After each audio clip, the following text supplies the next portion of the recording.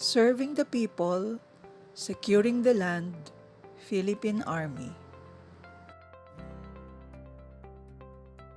Serve and protect, service, honor, justice, Philippine National Police.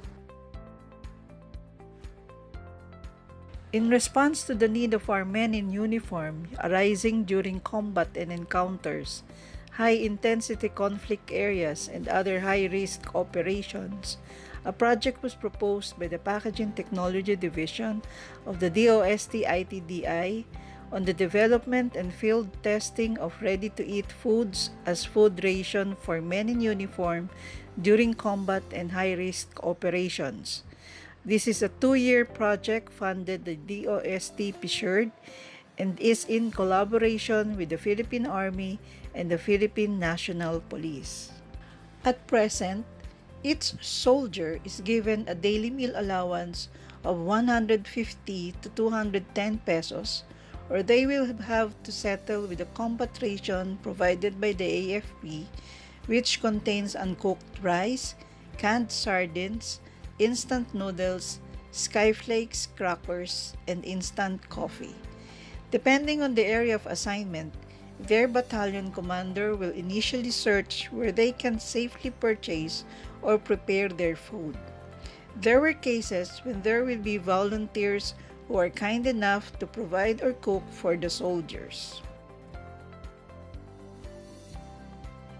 In 2016, the Philippine Army announced that their soldiers will receive MREs that will end the old and bulky load of combat ration pack, which is good for 3 days.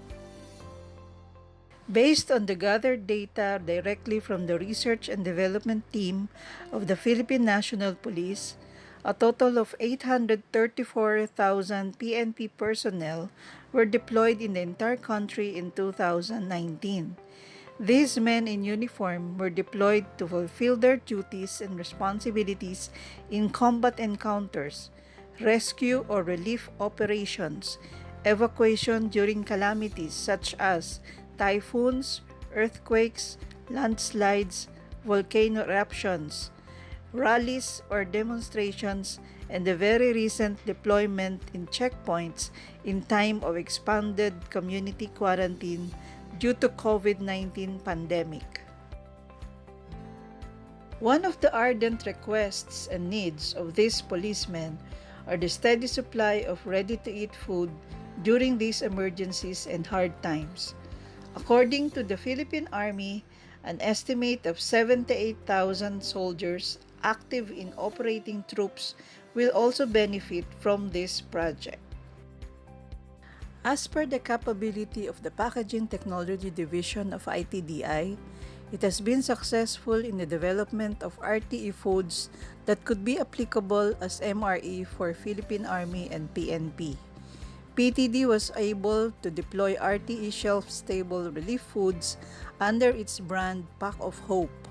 These RTE relief foods include chicken arroz caldo, smoked fish rice meal, boiled sweet potato, and cassava cubes in light syrup.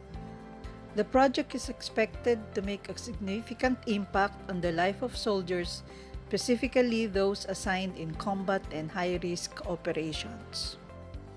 The RTE foods that will be developed will take into consideration factors such as nutritional requirements of a soldier, acceptability of the product, producibility, cost, shelf life, weight, volume, ease of handling and opening, ease of sanitation, menu fatigue, and performance enhancement.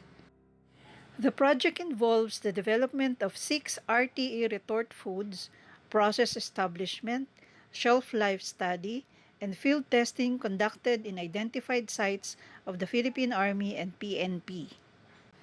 It is also expected that the result of this project will be beneficial to the men in uniform or uniformed personnel like the Philippine Army, Philippine National Police, and all the Filipino soldiers in general. The project will serve as an initial step in improving the quality of MRE foods for those involved in combat and disaster operations. Based on the interest and commitment of the Philippine Army and the PNP, they both agreed that the inclusion of the RTE foods in the food ration will boost the morale of the men in uniform by giving them pride from not bringing caldero and bigas in the battlefield, boost the national integrity of the Philippines and the Filipino soldiers deployed locally and abroad, aid in the combat operation of the Filipino soldiers, especially in far-reach, high-intensity conflict areas, and help avoid the unnecessary emergency procurement of food and food product which may prove more expensive. For more information and details of the project, you may always contact our director, Dr. Annabel V. Briones, with the following contact information.